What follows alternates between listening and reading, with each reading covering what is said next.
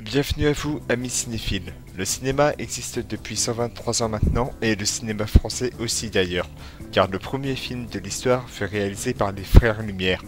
Et depuis, nous avons connu une multitude d'autres réalisateurs français qui nous ont offert un tas de films inoubliables. L'objectif de cette nouvelle émission est de vous présenter pour chaque épisode un réalisateur français en parlant de son travail dans le cinéma et d'analyser son approche du 7e art. Pour ce premier épisode, intéressons-nous à un réalisateur dont j'adore le travail depuis des années et qui a fait récemment son retour derrière les caméras, Alain Chabat. Alain Chabat est un réalisateur-acteur qui exerce dans le cinéma depuis 1984, mais qui s'est fait connaître en participant en 1987 à la création de la troupe d'humoristes Les Nuls avec l'émission Objectif Nul sur Canal+. Cette émission sera une parodie de sketchs humoristiques et souvent parodiques qui connaîtront un énorme succès. Eh ben vieux, qu'est-ce qui t'arrive? Ah non, c'est rien, mais quand je me lave, j'ai un peu mal. Ah, fais gaffe, c'est vachement important. Tiens, regarde. Tu vois ça? C'est ma bite. Les impuretés se déposent là, entre le poil et les couilles. Qu'est-ce qu'il faut faire? Bah, tu fais ce que tu veux, mais moi je me brosse régulièrement la bite avec Tony Glandil. Tony Glandil? Ouais. Et je peux te dire qu'avec ça, ma bite, c'est du béton. C'est en 1994 que la carrière d'Alain Chabat dans le cinéma commence vraiment avec La Cité de la Peur du défunt Alain Berberian. En incarnant le garde du corps Serge Karamazov, on découvre le don d'acteur de celui qui participait souvent aux sketchs à la télé, ainsi que son talent pour écrire des scénarios très loufoques comme cette histoire de tueur en série pourchassé par ce garde du corps très idiot qui se trouve quand même professionnel. L'année 1997 sera pour Alain Chabat l'année de la sortie de son premier film en tant que réalisateur, à savoir Didier. L'histoire raconte la vie d'un entraîneur de foot joué par Jean-Pierre Bacri qui va se retrouver à garder le chien d'une amie pour un temps. Le problème est qu'un soir, une lumière va transformer le labrador en homme. Si physiquement il est comme nous, il reste un clébard mentalement. Et les emmerdes commencent pour Jean-Pierre.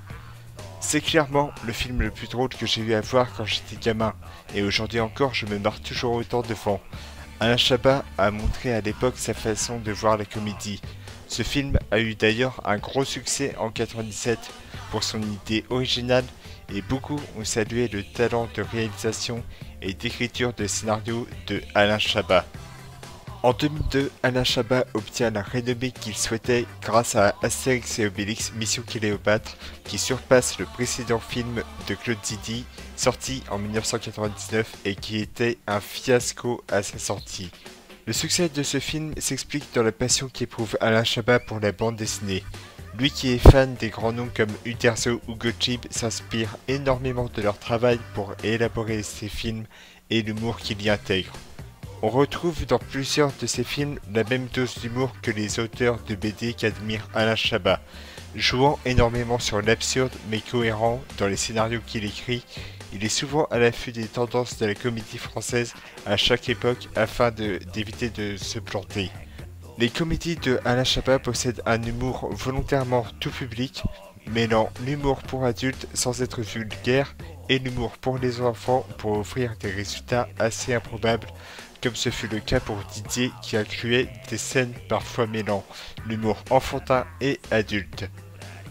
Bien qu'il ait connu un important échec suite à son film Sur la piste du marsupilami, Alain Chabat a continué d'exercer dans le cinéma en jouant dans plusieurs films comme le très drôle Les Gamins que j'en recommande.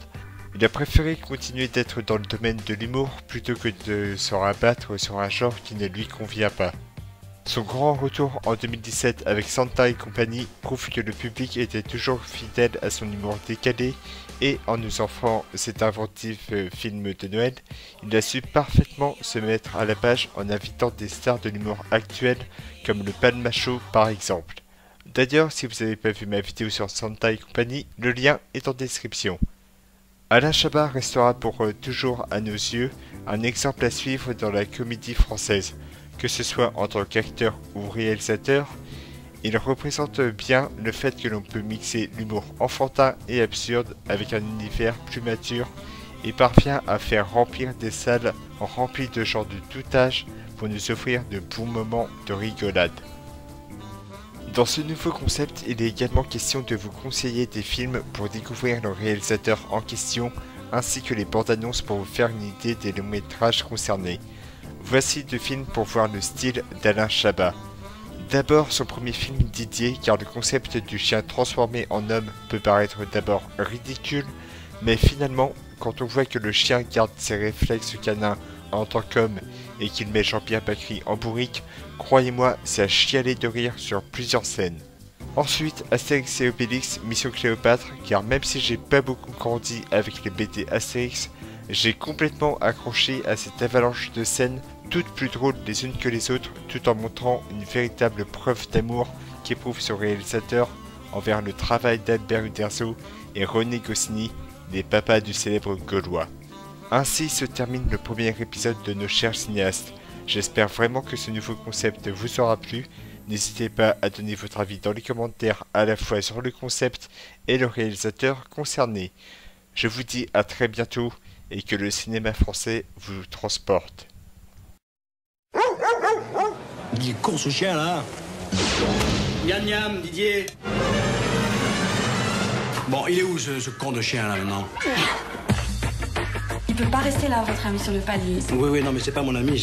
Oui, non, mais il gratte. Mais pourquoi vous grattez? La seule explication, c'est comme les trucs bouddhistes.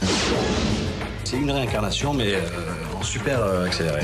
Jean-Pierre, c'est sûrement très clair pour toi, mais qu'est-ce qui se passe avec ce chien?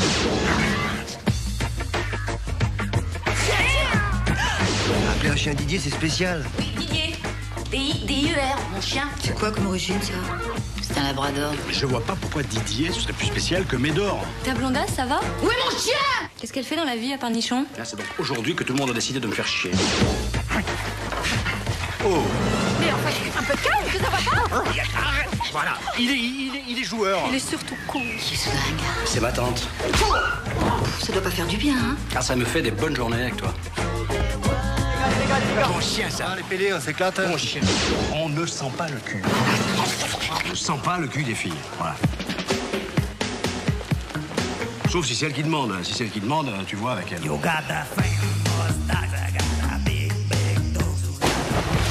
Mais c'est Didier! Il a pas l'air méchant. Non, il manquerait plus qu'il morde. Cheers. Mais ça me fait un tout petit peu mal au cul de me faire piquer ma gonzesse par mon chien. Ah, ça me dégoûte. Rien d'y penser, ça. Didier, on y va, on s'en va. Hein? Non. Va dans ton panier. Chier à sentir le cul sans arrêt.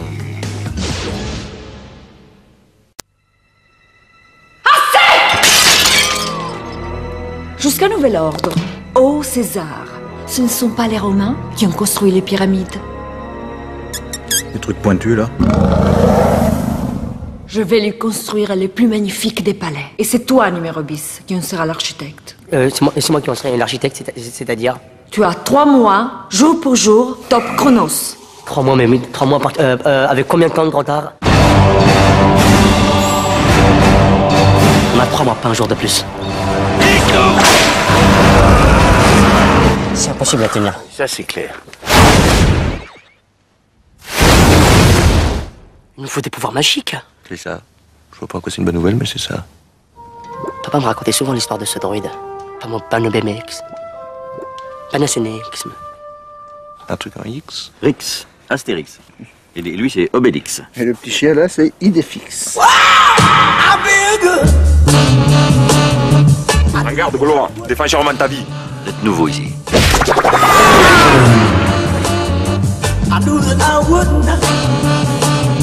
Non, Obélix, t'es tombé dans la marmite, t'es pas petit. Ça va, on saura.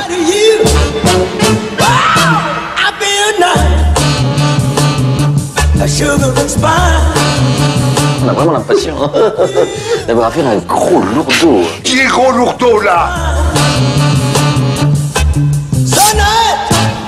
Le petit Gaulois a un nom de héros du genre Jomanix. Oh,